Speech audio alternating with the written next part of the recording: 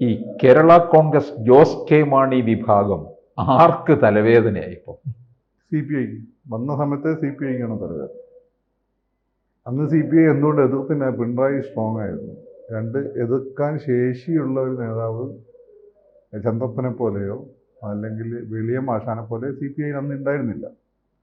കാനമായതുണ്ടായിരുന്നത്. Kanam central ട്രാവൻകൂറുകാരനാണ്, കോട്ടയംകാരനാണ്. അപ്പോൾ കാനം കേരള കോൺഗ്രസിന് പണ്ടേ അദ്ദേഹത്തിന് മമതയുള്ള ആളാണ്. അപ്പോൾ അദ്ദേഹം അതിശക്തമായിട്ടൊന്നും എതിർക്കാൻ നിന്നില്ല.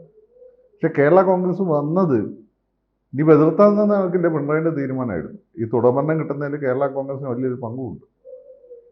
ക്രിസ്ത്യൻ മേഖലകൾ കമ്മ്യൂണിസ്റ്റ് പാർട്ടിക്ക് അനുകൂലമാക്കി മാറ്റണമെങ്കിൽ അത് കേരള കോൺഗ്രസ് പോലുള്ള പാർട്ടി, അത് മാണി സാറിനെ പോലുള്ള പാർട്ടി ഇല്ലാതെ പറ്റില്ല. അങ്ങനെ ഒരു വലിയൊരു ഗ്യാപ്പ് കിടക്കുന്നതാണ്. അതിപ്പോൾ പിണറായി എത്ര മഹാനെന്നൊക്കെ പറഞ്ഞാലും ക്രിസ്ത്യാനികളെ ഈ കളിയൊന്നും നടക്കില്ല. മുസ്ലിംസിന് ഇടയ്ക്ക് നടക്കും, ക്രിസ്ത്യൻസിന് ഇടയ്ക്ക് നടക്കില്ല. ഇങ്ങനെ അറിയാം, ഞങ്ങളുടെ നാട്ടിൽ നിന്ന് എഴുതാനായിട്ട്. അപ്പോൾ അവിടെ ഒരു ഇതിൻ്റെ ഒരു രാസത്വരകം എന്ന രീതിയിൽ ആ പാർട്ടി അത്യാവശ്യമാണ്. CPI എന്ന പാർട്ടി ഇല്ലെങ്കിൽ LDFന് പ്രശ്നമൊന്നുമില്ല. CPIയിലെ UDF വിളിച്ചുകൊണ്ടിരിക്കുന്നുണ്ട്, CPM വല്ല മൈൻഡ് ചെയ്യുന്നുണ്ട്, പോകണം പൊട്ടത്തുണ്ടാക്കിയിട്ടുള്ള. പക്ഷേ കേരള കോൺഗ്രസിന് വലിയ ടാർഗറ്റ് ചെയ്യുന്ന സമയത്ത് തന്നെ ചർച്ചകൾ നടക്കുന്നു, മാണീനെ കാണുന്നു. ആണല്ലോ, കാരണം അവരെ സംബന്ധിച്ചിടത്തോളം അവർക്ക് പല മണ്ഡലങ്ങളും ജയിപ്പിക്കാൻ പറ്റും, പല മണ്ഡലങ്ങളിലും അവർക്ക് തോൽപ്പിക്കാനും പറ്റും. കേരള കോൺഗ്രസ് വോട്ടുണ്ട്, പേരല്ല, വോട്ടുണ്ട്. പക്ഷേ CPI പറയുന്നത് അണികളൊന്നും ഇങ്ങോട്ട് വന്നില്ല, നേതാക്കൾ മാത്രം. അവർ പറയുന്നതല്ലേ. പിന്നെ ഈ സെൻട്രൽ ട്രാവൻകൂറിലൊക്കെ ഇങ്ങനെ ഇൻട്രോഡ്യൂസ് ഉണ്ടാക്കിയ CPIക്ക് ഏതായാലും വോട്ട് കൂടിയില്ലല്ലോ. CPIക്ക് ആപ്പാടൊപ്പം വോട്ട് കൂടുന്നത് മുസ്ലിംസിൻ്റെ ഇടയിലാണ്. ഇവർ ഡൽഹി പോയി മോഡിയെ ചീത്ത പറഞ്ഞാൽ മുസ്ലിംസ് വോട്ട് ചെയ്യുന്ന ഒരവസ്ഥ ഇപ്പോൾ ഉണ്ട്. ഇവരിടക്കിടക്കുന്ന മോഡിയെ ചെയ്തു, മോഡികളുകൊണ്ട് രക്ഷപ്പെട്ടിരിക്കുകയാണ്. അതുകൊണ്ട് പോകുന്നത് മുസ്ലിംസിന് CPI കൊള്ളാമെന്നുള്ളൊരു ഫീൽ ഉണ്ടെന്നല്ലാതെ വേറെ CPIക്ക് ഇവിടെ വോട്ടുണ്ട്. എന്നാൽ ഇവർക്ക് വോട്ടുണ്ടല്ലോ. കേരള കോൺഗ്രസ് എന്തുകൊണ്ടാണ് UDF ഇങ്ങനെ ദുഃഖിക്കുന്നത്? മാണി പോയതില്ലേ? UDFന് എന്താ അറിയാമല്ലോ, മാണിയെ തിരിച്ചു കൊണ്ടാൻ വേണ്ടി അവർ ശ്രമം നടത്തി ചർച്ച നടന്നുകൊണ്ടിരിക്കുകയാണല്ലോ. മാരത്തോൺ ചർച്ചകൾ നടന്നുകൊണ്ടിരിക്കുകയാണ്. പല ഓഫറുകളാണ് കൊടുക്കുന്നത്. ഈ CPI ഒരു സീറ്റ് ചോദിച്ചാൽ ആണെന്നറിയും. കേരള കോൺഗ്രസിന് അവർ കൊടുത്ത സീറ്റ് എന്ന് വെച്ചാൽ വളരെ പ്രധാനപ്പെട്ട സീറ്റുകളാണ്. ഇപ്പോൾ കോഴിക്കോട് കൊടുത്ത കുറ്റ്യാടി സീറ്റായിരുന്നു. അവിടെ പ്രശ്നമായതുകൊണ്ടും പിന്നെ ഈ കേരള കോൺഗ്രസ് തന്നെ പ്രശ്നം വേണ്ട എന്ന് പറഞ്ഞുകൊണ്ട് അത് ഒഴിവാക്കി കൊടുത്തേച്ചാണ്. കുറ്റ്യാടി സീറ്റ് ജയിക്കാൻ സാധ്യതയുള്ള സീറ്റാണ്. ചിലപ്പോൾ തവണ കുറ്റ്യാടി സീറ്റ് കൊടുക്കും. കേരള കോൺഗ്രസിന് അവിടെ നിർത്തണമെന്ന് വലിയ ആഗ്രഹം CPM-ൻ്റെ. CPI-യുടെ കാര്യത്തിൽ അതില്ല. അവർ ആ ദേശീയ സഖ്യം മതി. ഇത് പിന്നെ ഇവരെ സപ്പോർട്ട് ചെയ്യുന്ന മുസ്ലിങ്ങൾക്ക് CPI-നപ്പം നിർത്തണം എന്നുള്ള താല്പര്യം. കാരണം CPM-ന് എളുപ്പം ഈ വഴിക്ക് കൊണ്ടുവരാൻ പറ്റിയതാണ്. കാരണം അത് വലിയൊരു പാർട്ടിയാണ്. CPI-ന് വേണം അവരെ വഴിക്ക് കൊണ്ടുവരാൻ പറ്റും. അതുകൊണ്ട് മാത്രമല്ല CPI അവിടെ നിന്നു. അപ്പം അതുകൊണ്ട് CPIക്ക് എല്ലാ കാലത്തും ഒന്ന് കർണാടകം വരുന്നതിന് അവർക്ക് തലവേദനയായിരുന്നു. കർണാടകം വന്നു കഴിഞ്ഞാൽ എന്താണ്, രണ്ടാമത്തെ വലിയ പാർട്ടി അവരാവും. ഇപ്പം തന്നെ രണ്ടാമത്തെ വലിയ പാർട്ടി മാണി കോൺഗ്രസ് അല്ലേ. വോട്ട് ഷെയർ, ശരിക്കുള്ള വോട്ട് ഷെയർ നോക്കിയത് CPM-ന് ചിഹ്നത്തിന് CPM-മാർ വോട്ട് ചെയ്യുകൊണ്ട് CPIക്ക് രണ്ടാമത്തെ പാർട്ടിയായി നിൽക്കുക. അല്ലാതെ ഈ ചിഹ്നത്തിന് കിട്ടുന്ന വോട്ട് കൃത്യമായിട്ട് എണ്ണി കഴിഞ്ഞാൽ രണ്ടാമത്തെ പാർട്ടി കേരള കോൺഗ്രസ് അതില്ല, മാണിയാണ്. പക്ഷെ അവരിങ്ങോട്ട് വന്നത് കൊണ്ട് CPI-യുടെ സ്ഥാനമൊന്നും നഷ്ടപ്പെട്ടിട്ടില്ലല്ലോ. സ്ഥാനം പേടിയാണ്. കാരണം എന്ന് വെച്ചാൽ പേടിയാണ്. ചിലപ്പോൾ തിരുവനന്തപുരം നിരന്തരം തോറ്റുകൊണ്ടിരിക്കുക. ഇങ്ങനെ തോൽക്കുന്ന ചില സീറ്റുകൾ ചിലപ്പോൾ ചോദിച്ചു കളയും. ചിലപ്പോൾ പുതിയ ആരെങ്കിലും മുന്നണിയിൽ എടുക്കേണ്ട സാധ്യത വന്നു കഴിഞ്ഞാൽ സീറ്റുകൾ വിട്ടുകൊടുക്കേണ്ടി വരും. അപ്പോൾ CPI-യുടെ ആ ഒരു എന്തുമാകും, അവരുടെ ഒരു കംഫർട്ട് സോൺ തകർക്കപ്പെടും. പിന്നെ വേറെ വർഷം CPI-ൻ്റെ ഉള്ളിൽ തന്നെ അസംതൃപ്തരായ വലിയൊരു വിഭാഗമുണ്ട്. അവിടുത്തെ ഏറ്റവും വലിയ വിഭാഗം വെളിയം വിഭാഗമായിരുന്നു. അത് CK ചന്ദ്രപ്പൻ്റെ പ്രതിച്ഛായ ഉപയോഗിച്ചാണ് അവരെ പാർട്ടി പിടിച്ചെടുത്തത്. ഇപ്പോഴുള്ള ആളുകൾ CK ചന്ദ്രപ്പൻ്റെ എവറിങ് പേഴ്സണാലിറ്റിയാണ്. കാരണം അതുപോലെ വലിയൊരു സ്ട്രാറ്റജിസ്റ്റാണ്. അതൊന്നും ഇപ്പോഴുള്ള ആളുകൾക്കില്ല. അപ്പോൾ അതിൻ്റെ ഉള്ളിൽ തന്നെ ഒരു സാധ്യതയുണ്ട് ആ പാർട്ടി പിളരാൻ പോകുന്ന ഒരു അവസ്ഥയിലാണ്. അപ്പോൾ കാരണം ഏറ്റവും കൂടുതൽ ആളുകൾ താഴെത്തട്ട് സപ്പോർട്ട് ഉണ്ടായത് പിന്നെ വെളിയം മാഷാനും ഈ K ഇസ്മായിലുമാണ്. പിന്നെ K ഇസ്മായിൽ അതിന് താല്പര്യമില്ലാത്തതുകൊണ്ട്, പാർട്ടി വളർത്താൻ താല്പര്യമില്ലാത്തതുകൊണ്ടാണ് ആ പാർട്ടി അങ്ങനെ നിൽക്കുന്നത്.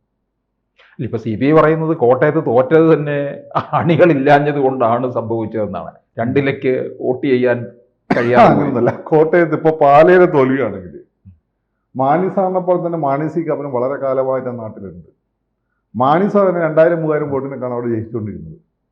കാരണം അവിടെ നിങ്ങൾ വിചാരിക്കുമ്പോൾ ക്രിസ്ത്യൻ മതം അതിശക്തമായ ഈഴവ പോപ്പുലേഷൻ ഉണ്ട് അവിടെ. ഈ പാലാ മണ്ഡലത്തിൽ ഈഴവരുടെ ശക്തമായ പ്രസൻസ് ഉള്ള സ്ഥലമാണ്.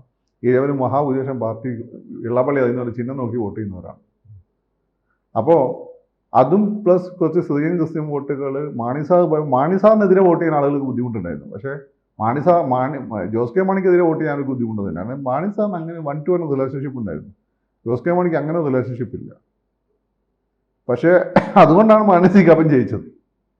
പിന്നെ തൃശ്ശൂർ ലോക്സഭാ മണ്ഡലം കഴിഞ്ഞ തവണ പോകാൻ കാരണം അത് കേരള കോൺഗ്രസിന്റെ പ്രശ്നം കൊണ്ടൊന്നല്ല. അതെന്താ സംഭവിച്ചതെന്ന് വെച്ചാൽ മോഡിക്കെതിരെ മൈനോറിറ്റി ക്രിസ്ത്യാനികളും BJP കൂടെ നിൽക്കുന്നു എന്നൊക്കെ പറയുമ്പോഴും പറ്റിയെങ്കിൽ മോഡിനെ പുറത്താക്കണം, മോഡിനെ ശക്തി നോക്കണം വിചാരിക്കുന്ന ആളുകളാണ്. ഒരു ഗതിയില്ല മാത്രം മോഡിനെ സപ്പോർട്ട് ചെയ്യുക. അപ്പോൾ അവരെ സംബന്ധിച്ചിടത്തോളം കോൺഗ്രസിന്റെ സീറ്റ് കുറയാൻ പാടില്ല. അതുകൊണ്ട് അവർ കോൺഗ്രസിന് അനുകൂലമായി ചിന്തിച്ചു. അതാണ്. അപ്പോൾ ലോക്സഭാ മണ്ഡലത്തിന്റെ എടുത്ത് നോക്കിയാൽ CPIക്ക് എത്ര സീറ്റ് ഇട്ടും കേരളത്തിൽ? കൊല്ലത്ത് എത്ര സീറ്റ് ഇട്ടു? തൃശ്ശൂർ എത്ര സീറ്റ് ഇട്ടു? ആ പറയുന്നതൊന്നും കാര്യമില്ല. രണ്ട് CPIൻ്റെ ഒരു വലിയ പ്രശ്നം അവർക്ക് ആ പാർട്ടി വളർത്തണമെന്നില്ല. പാർട്ടി വളർത്തണമെങ്കിൽ പുതിയ വിഷയങ്ങൾ ഡയലോഗ് അടിച്ച് ഇടപെട്ടാൽ പോരാ. ഇടപെടുകയും അവിടെയുള്ള ആളുകളെ സംഘടിപ്പിക്കുകയും അവരുടെ കാര്യങ്ങൾ നിർവഹിച്ചു കൊടുക്കുകയും കൊള്ളാവുന്ന പുതിയ പയ്യന്മാരെ റിക്രൂട്ട് ചെയ്ത് കൊണ്ടുവന്ന് വളർത്തിക്കൊണ്ടുപോയി പ്ലേസ് ചെയ്യും വേണം. ഇവർ കൊള്ളാവുന്ന ആളുകൾ വന്നാൽ ചെയ്യുന്ന പരിപാടി എന്താ? നമ്മളെ കൂടെ നിൽക്കണം, എന്നിട്ട് ഒന്ന് നവയുഗത്തിന് എഡിറ്റോറിയൽ എടുത്തിട്ടു. അല്ലെങ്കിൽ യുവകലാത സാഹിത്യം എന്ന് പറഞ്ഞൊരു വയസ്സന്മാര സംഘടനയുണ്ട്, അതിൻ്റെ ലീഡർഷിപ്പിലിടും. ഇനി നശിപ്പിച്ച് കളയും. എന്നിട്ട് അവരെ പരിപാടി ഇവർക്ക് പ്രസംഗം എഴുതി കൊടുക്കുക, പോയിന്റ് തന്നു കൊടുക്കുക. അല്ലാത്ത ഈ ബാക്കി എല്ലാ സാധനങ്ങളല്ലേ ഇവരുടെ പണ്ടത്തെ നേതാക്കന്മാരുടെ മക്കൾ ഉപകരണമുണ്ട്. അതിൽ കൊള്ളാവുന്ന മക്കളൊക്കെ അച്യുതനെ മോനെപ്പോലുള്ള ആളുകൾ ഡോക്ടറൊക്കെ ആയിപ്പോയി, അല്ലെങ്കിൽ നമ്മുടെ PKBയുടെ മോളൊക്കെ പോലെ ഡോക്ടറോ അങ്ങനെയൊക്കെ ആയിപ്പോയി. അത് എവിടെയും പോയി രക്ഷപ്പെടാത്ത കാരണം ഈ പാർട്ടിയിലുണ്ട്. അപ്പോൾ അവരുടെ ഒരു ഫോക്കസ് ഉണ്ട്. അതിനുള്ളിലേക്ക് അവർ വേറെ ആരെങ്കിലും കയറാൻ സമ്മതിക്കില്ല. പിന്നെ പണ്ട് SFIയിൽ ഒന്നിനും പോയി രക്ഷപ്പെടാത്ത ഈ അടിയന്തരാവസ്ഥ കേസ് രക്ഷപ്പെടാത്ത കാരണം AISFൻ്റെ ഭാഗമായി. എൻ്റെ സുഹൃത്തിന് എനിക്കറിയാം. ഞങ്ങൾ SFI ആയ സമയത്ത് ഞാനൊക്കെ കാണാൻ യൂണിറ്റ് ഇടാൻ സഹായിച്ചു. അവർ വേറൊരാൾ വരെ അവർക്ക് പേടിയാണ് കൊള്ളാവുന്ന എടുത്ത് വന്നാൽ. കാരണം എന്ന് വെച്ചാൽ എന്താ, ഇവരെ സാധനം പോകും. ഇവർക്ക് ഒരു ആത്മവിശ്വാസമല്ല, ഡയലോഗ് അല്ല, ഒന്നുമില്ല. ഈ പറഞ്ഞ പ്രകൃതി അത് ഡയലോഗ് അടിച്ച് 2 ക്വസ്റ്റ്യൻ അങ്ങോട്ട് തിരിച്ചു വെച്ചാൽ അവിടെ അതിന് ശേഷിയില്ല. അപ്പം പുതിയ മേഖലയിലേക്ക് കടന്നു ചെല്ലാനും അതിനിടയ്ക്ക് ആപ്പാടെ ഒരു പുതിയ മേഖലയിൽ 2 സംഘടനകൾ, ആളുള്ള 2 സംഘടനകൾ, ഒന്ന് മൾട്ടി ലെവൽ മാർക്കറ്റിംഗ് രംഗത്തും ഒന്ന് ന്യൂ ജനറേഷൻ ബാങ്കിൻ്റെ, അത് കാനത്തിൻ്റെ ഒരു പ്രത്യേക ഇനീഷ്യേറ്റീവ് ഉണ്ടായിരുന്നു. അതിൽ ആളുണ്ടായിരുന്നു. പക്ഷെ അതിപ്പോൾ ഏത് രീതി മുന്നോട്ട് പോകുന്നത് എനിക്ക് സംശയമാണ്. അപ്പോൾ പുതിയ ആളുകൾ വരികയും അവർക്ക് പ്ലേസ്മെൻറ്റ് കൊടുക്കുകയും വേണ്ടേ. പിന്നെ അവരെന്ത് ചെയ്യും, ചില കേരളത്തിൽ ആദ്യമായിട്ടൊരു സീറ്റ് കച്ചവടം വിവാദം ഉണ്ടായി. ഏറ്റവും കൂടുതൽ ആദർശം ഉണ്ടെന്ന് പറയുമ്പോൾ ഈ പാർട്ടിയുടെ പേരത്ത് തിരുവനന്തപുരത്ത് അത് അവർ തന്നെ നടപടി എടുത്താണ്. ഇനി വേറെ പല സ്ഥലത്തും ഇങ്ങനെയുള്ള ആരോപണങ്ങളൊക്കെ വന്നിട്ടുണ്ട്.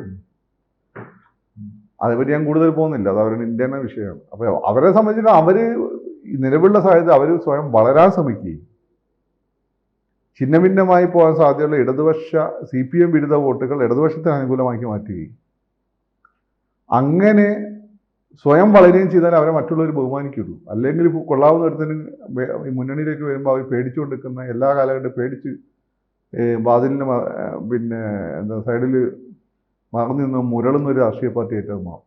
മുരളാൻ ശേഷിയുണ്ടോയെന്ന് എനിക്കറിയില്ല. അതിൻ്റെ രാഷ്ട്രീയ പാർട്ടി അതാണ് ഇപ്പോൾ അതിൻ്റെ സ്ഥിതി. കൊള്ളാവുന്ന ആരെങ്കിലും ഞാൻ പറഞ്ഞില്ല. അല്ലെങ്കിൽ ഏതെങ്കിലും നിങ്ങൾ നോക്കിയാൽ മതി. ഏറ്റവും കൂടുതൽ ഈ പറയുന്നതിന് അതിൽ ഒന്നെങ്കിൽ ഏതെങ്കിലും വോട്ട് ബാങ്ക്, അതല്ലെങ്കിൽ ഈ പറയുന്ന പോലെ ബെനറ്റിനെ പോലുള്ള വിഷയങ്ങൾ, ഇങ്ങനെയല്ലാതെ കൊള്ളാവുന്ന ഒരുത്തന്നെ അവരെ എവിടെയും പ്ലേസ് ചെയ്തിട്ടില്ല. ഞാൻ കൂടുതലൊന്നും പറയാത്തതാണ്. പക്ഷേ ജോസ് കെ മാണി വിഭാഗം 2026 ആകുമ്പോഴത്തേക്കും UDFിലേക്ക് തന്നെ മടങ്ങാനുള്ള സാധ്യത അത് പറയാനും പറ്റില്ല. ഒരു ഉറപ്പും കിട്ടിയിട്ടില്ല. ചർച്ച നടക്കുന്നുണ്ട്. പക്ഷേ CPM ആഗ്രഹിക്കുന്നില്ല. CPI പോകാൻ പോട്ടത്തവർക്കുള്ളിലുണ്ട്. പക്ഷേ CPM അതിപ്പോൾ ഇതിൻ്റെ അടിയിൽ തന്നെ എന്താ കമൻറ്റുകൾ നോക്കിയാൽ മതി. പോയി കിട്ടിയ സമാധാനമായി എന്നുള്ള കമൻറ്റ് കാണാം. എന്നാൽ മാണിയുടെ കാര്യത്തിൽ അതില്ല.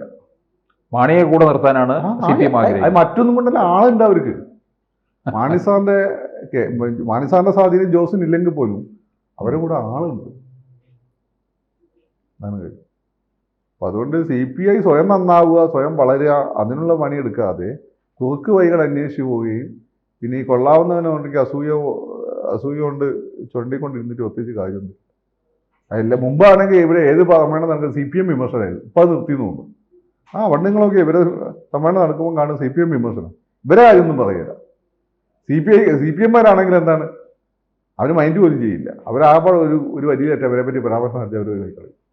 അല്ല, CPI വേണമെങ്കിൽ പൊക്കോളൂ എന്ന് പറഞ്ഞാൽ CPI എങ്ങോട്ട് പോകാനാ? കോൺഗ്രസ് എടുക്കാൻ കഴിയില്ല. പേരുണ്ടല്ലോ, വലിയ തറവാടിൻ്റെ പേരുണ്ടല്ലോ, മംഗലശ്ശേരി. പക്ഷെ സാറിന് സ്വത്തൊന്നുമില്ല, പേരുണ്ടല്ലോ. ആ പേര് അത് കണ്ടിട്ടാണ്. പിന്നെ അത് കാണിച്ച് പറയാം. കോൺഗ്രസിന് പ്രത്യേകിച്ച് ഒരു കാര്യമില്ല. കോൺഗ്രസ് അല്ല, ജില്ലാ സമ്മേളനങ്ങളിൽ അങ്ങനെയുള്ള അഭിപ്രായം ഉയർന്നു. ഉയർന്നു. എന്തുകൊണ്ട്? അല്ല, കോൺഗ്രസ് എടുക്കും, പക്ഷേ അത്തരം സീറ്റും കിട്ടില്ല. മാത്രമല്ല കോൺഗ്രസിന് ജയിപ്പിക്കാനുള്ള ശേഷി അവർക്കില്ല. അത് ഓടിത്തീരും പാർട്ടി. അതാണ് കാര്യം. 100 വയസ്സാകുന്ന പിന്നെ പാർട്ടിയാ. CPM പറയുന്ന ഒരു കാര്യമുണ്ട്, എത്ര CPIയുടെ വോട്ട് അരിവാൾ ചുറ്റിക്ക് വരാറുണ്ട് എന്ന് അവർ ചോദിക്കുന്നത്.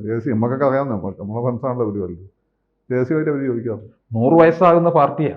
100 വയസ്സാകുമ്പോൾ അതിന്റെ വാർദ്ധക്യ സഹജമായ പ്രശ്നങ്ങളൊക്കെ അതിനുണ്ട്. അതിന് എത്ര കാലം എങ്ങനെ ഓടുമെന്ന് പഠിച്ചാൽ അതിൽ കൊള്ളാവുന്ന കുറെ ലീഡേഴ്സ് ഉണ്ട്. ഇപ്പൊ തിരുവനന്തപുരത്ത് ഉണ്ണികൃഷ്ണൻ പക്ഷേ സജീവല്ല, AITC രംഗത്താണ്.